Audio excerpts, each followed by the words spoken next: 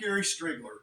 I shared a series of videos on how to put together a library ladder on both my Instagram and I think also on YouTube, but we just built this ladder. And so what I want to try and do is just give a more brief overview of how to build a library ladder. And also for this ladder, I tended to more use just a plywood jig. On the other one, I use a drill press and stuff. So the first thing you have to do is be super careful when you're selecting your wood for the library ladder for the two side rails. I went through my lumber and picked out the very best, straightest lumber that I had. I actually ripped it a little bit extra wide so that I could take it to a joiner, and if there's any curve left after I ripped it, I could straighten that out. And then finally, I ran these pieces through a planer, a really good planer on edge. Now, I always cut things a good 6 inches or so long when I'm going to run through a planer because there's always intensity. No matter how good a planer, you've got to have a little bit of snipe in, so you always want to be a little extra large, run things through to final dimensions, and then cut them to length. So they will run through one edge, and then I also barely kiss the faces to get a smooth cut on each face. Now, these treads are in here at about a 12-degree angle, and all this is in the instructions. This is a CSH rolling library ladder kit, and I'm pretty confident these are a 12-degree angle. So I used a plywood jig to make these cuts. I very carefully laid them out. I believe the number is 10 3/8 or 10 1/4 between from tread to tread. Again, that's all in their instructions. But this is the jig that I used. It's got a piece of plywood which fit, on the edge, and then I attached another piece of wood like so as my guide. The router simply the edge of the router rides against that wood. And this is kind of a tip. The first time you do it, you want this to be a little excess distance back so that as you make a pass, not on the wood, but off on the end of the table, the router will actually trim this to exact length. From then on, once this is nailed on, that's trimmed exact length, I can put this edge exactly where I want to route my cut. Now, it's almost hard for me to understand, but you have to set that jig up twice, one for the left-hand side and one for the right-hand side of the ladder. Anyway, I very carefully laid out those grooves. They're about an 1/8 inch deep, not any deeper, and made all the grooves in pairs. Now, the other things that you need to do when you're working on this ladder is you need to make pilot holes, pretty precise pilot holes for these screws that go into the treads. And then this is a rod that kind of holds it together and gives it strength. So you very precisely have the hole for that rod and those two. Now, all the tread material was ripped a little bit oversized. I went through the same procedures extra long to do the edges. And then these are just clipped on a 45 at the top and bottom. I use the same jig to lay out. Actually, this one,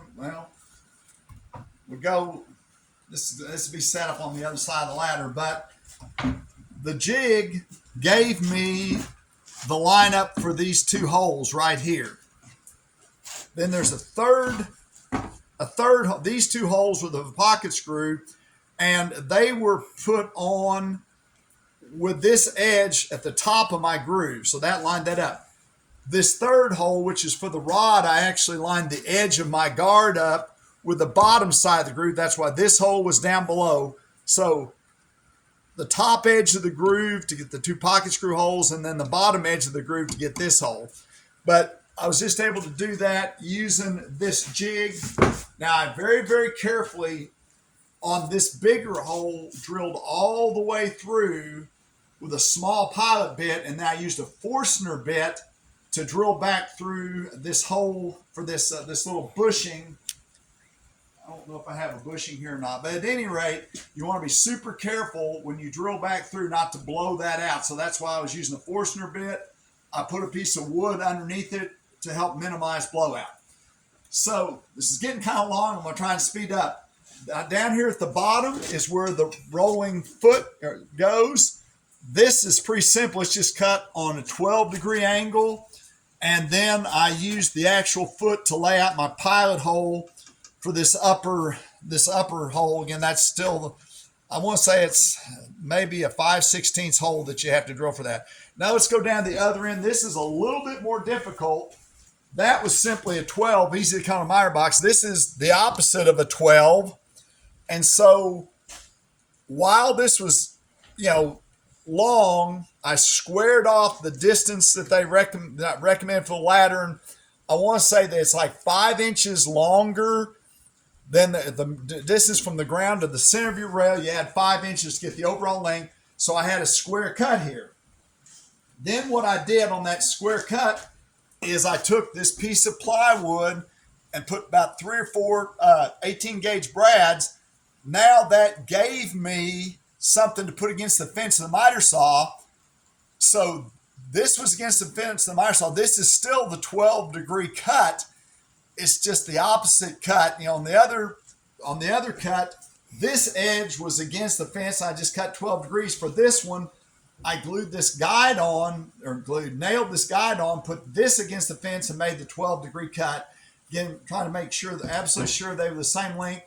Then this top cut is just simply a 45 that I round over a little bit with a belt sander. So that is a few minutes for what I took in more detail on my Instagram and my YouTube to share, but hopefully that gives you a good overview. And it's also a slightly different approach where I made all the routes, all the cuts, and laid everything out using one simple plywood guide that had just an edge guide that located this. By the way, these do finish up at 3.5 inches wide, and this is 4.5 inches wide. So this is really a great project. Maybe this isn't quite as short as I intended it to be, but hopefully you can at least see another approach, and it's all in one place how I made a library ladder.